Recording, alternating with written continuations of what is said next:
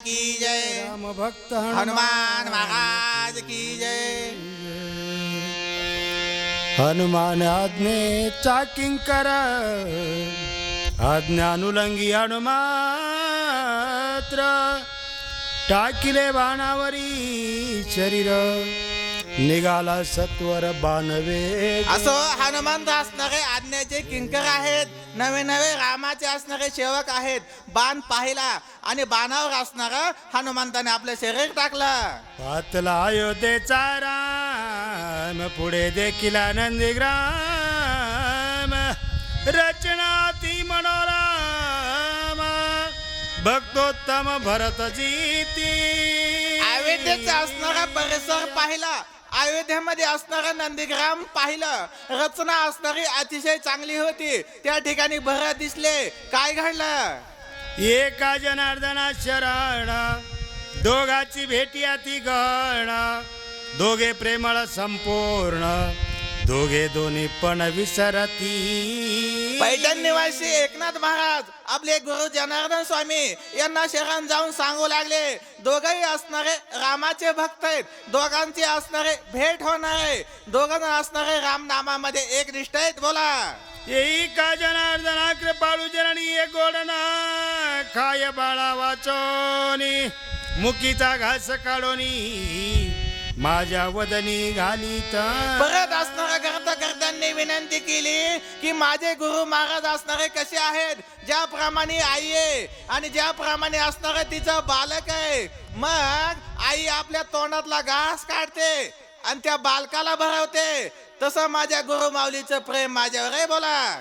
जी अत्यंत खाऊन त्याचे मुखी घासा कोंदणे न खाता पायावरी बळे पाडणे घास कोंदणे मुखा माझी। आपली आई असणाऱ्या बाळाला खाऊ घालते, पण ती अगोदर स्वतः खाते. कडवे गोडे मग चव चांगली लागली तर आपल्या मुखातला घास काढते, त्या बाळाला भरवते. बाळाने जर नाही खाल्लं तर पाय पसरते, त्या बाळाला असणाऱ्या उतानं झोपविते आणि त्याच्या तोंडामध्ये घास घालते.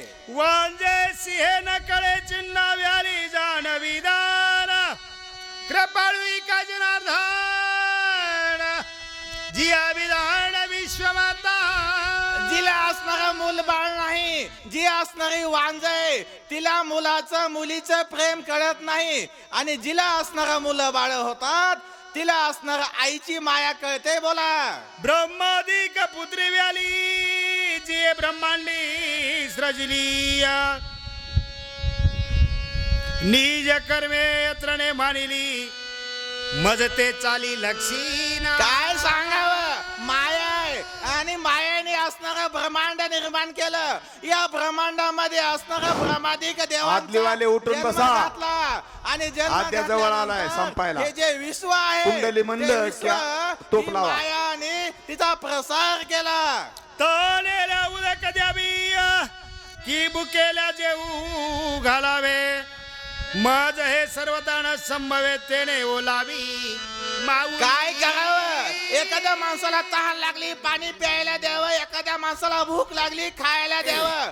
तसे असणारे माझे गुरु माऊली आहे आणि तिनं असणार जाणलं आणि तिनं जाणून असणार मला मदत केली. यासी काय करू आता जन्मोनिया झाला करता किती याची करू चिंता काही सर्वता जाणीना। गुरु माऊलीला असं वाटू लागलं माझ्या शिष्याची असणारी किती चिंता करावी, किती चिंता करावी आणि माझ्या शिष्याला असणार काय द्यावं. गुरु माऊलीला प्रश्न पडला.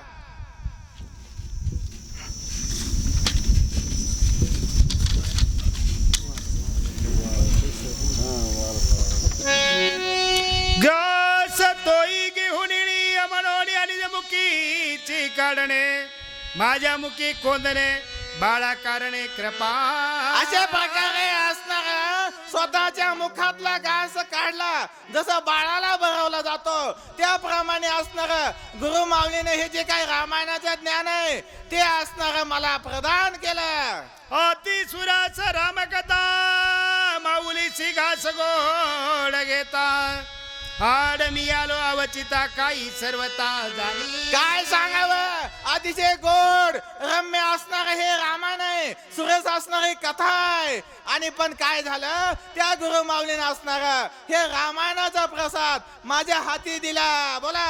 तेही कृपाळू कैसी तोंडीचे काढून यावी गेसी, ओ पिता माझ्या मुखासी निज मानसी सुखावी.